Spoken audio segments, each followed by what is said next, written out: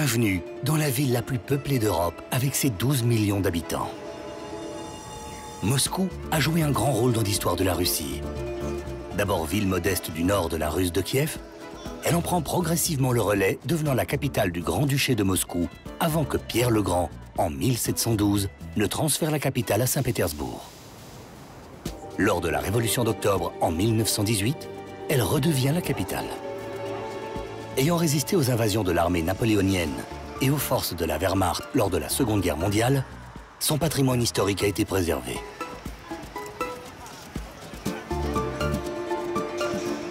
La place Rouge en témoigne, avec ses portes de la Résurrection, sa cathédrale de l'icône de Notre-Dame de Kazan, son Kremlin, sa cathédrale Saint-Basile le Bienheureux.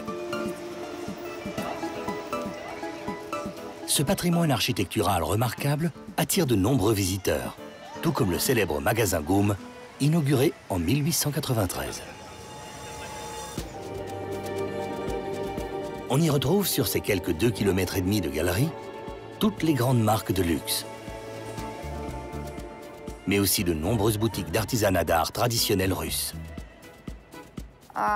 Chaque plateau est fait à la main. L'artiste appose sa signature sur son travail. Au dos, vous trouvez le cachet de l'usine. Notre usine est ouverte au public. Vous pouvez donc la visiter quand vous voulez.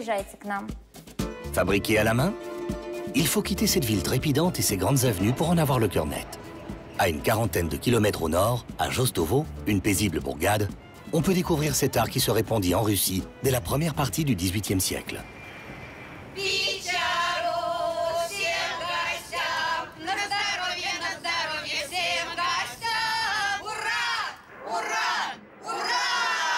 Oh surprise! Une ancienne coutume encore vivace.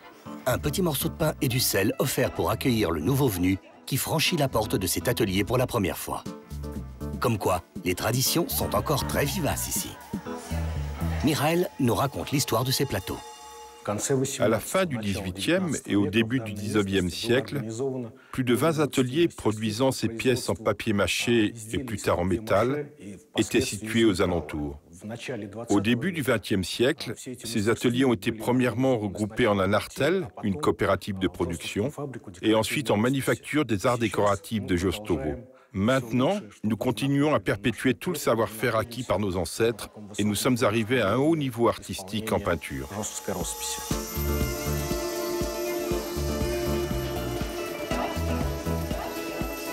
Oh, des bruits de machines.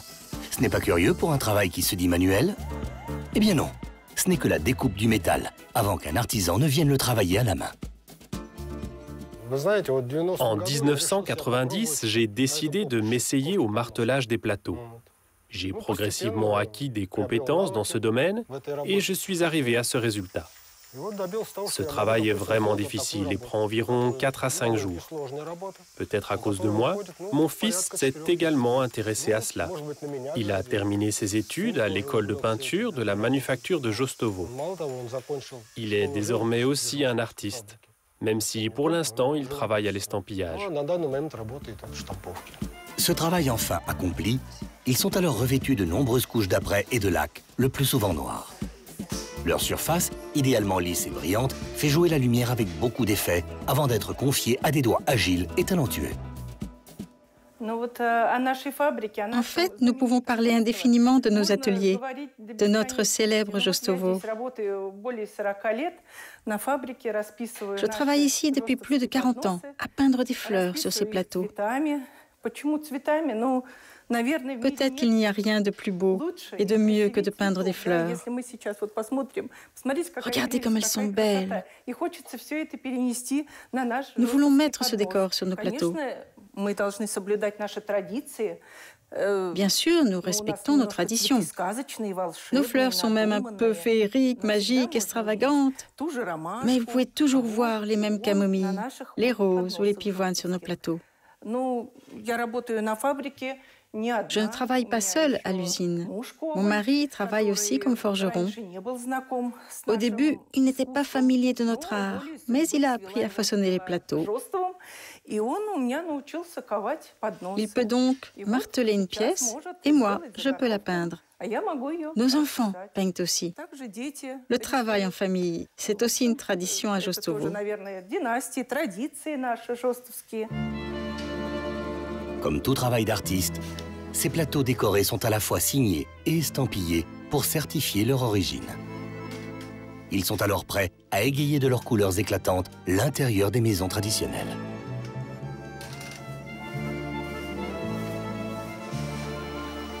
À 10 km de là, à Fedoskino, se trouve justement une de ces maisons particulièrement bien conservées et au long passé. Une histoire de famille qui remonte à 1690. Lyubov nous la raconte. L'art de produire des miniatures sur lac dans le village de Fedoskino a été introduit à la fin du XVIIIe siècle par le premier marchand de la guilde de Moscou, Piotr Ivanovitch Korobov.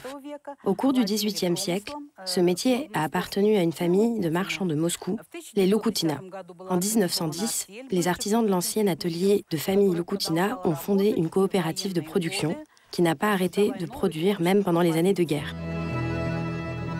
Mais avant, tout a commencé par l'utilisation du papier mâché laqué pour confectionner des visières de képi.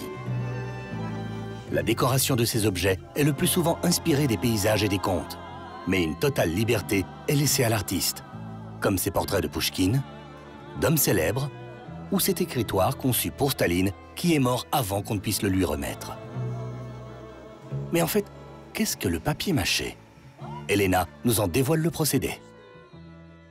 La production de boîtes en papier mâché est en fait un long processus. Tout d'abord, les feuilles cartonnées sont coupées, mises en forme sur un gabarit, collées l'une à l'autre et pressées avant d'être bouillies dans un bain d'huile chaude. Elles sont ensuite séchées dans un four à 100 degrés pendant 2 semaines. Finalement, après 2 mois et demi de travail, nous obtenons cette boîte polie en papier mâché qui est alors prête. L'artiste peut ensuite commencer à la peindre. Pas tout à fait à peindre, car elle doit d'abord être laquée, le plus souvent en noir ou en rouge, avant d'être mise à sécher au four.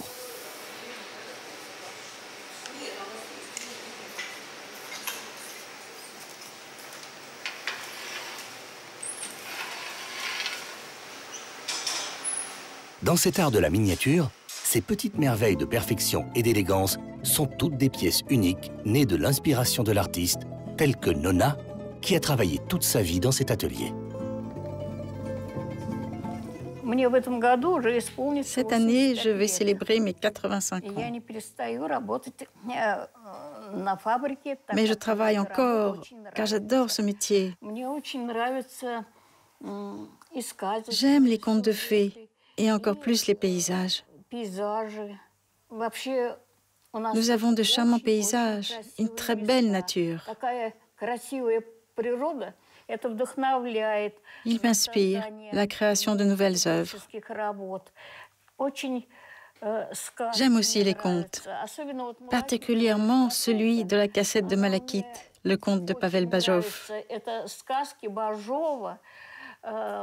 Vous pouvez aussi peindre en utilisant de la nacre ou de la feuille d'or.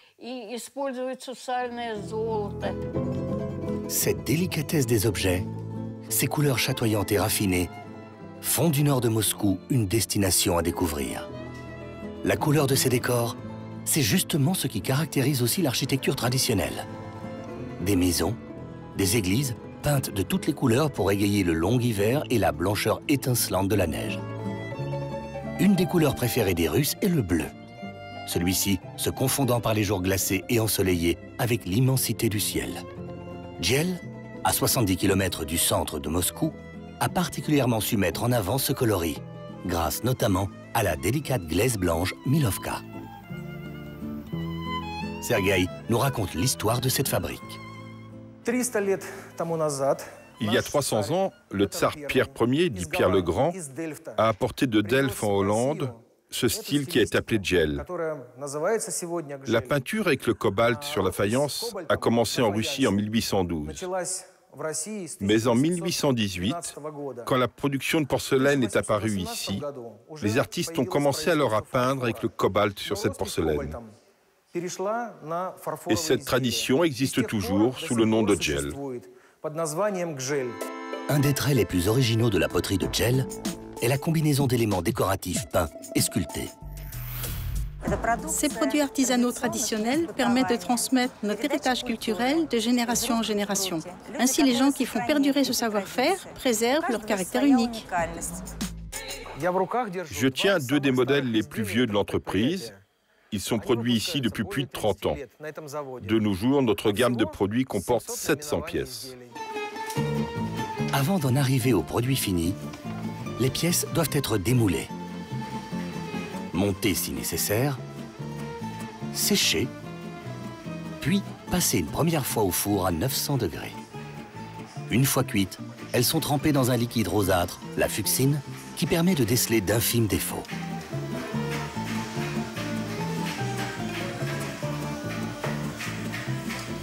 Finalement, elles terminent sur des tables où les artistes jouent de leurs pinceaux couverts d'un mélange noir d'oxyde de cobalt.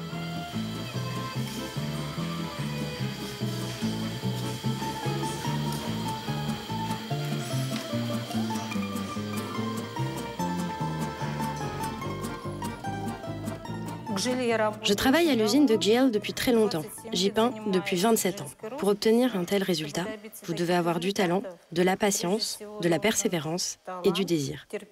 C'est ce qu'il y a de plus important.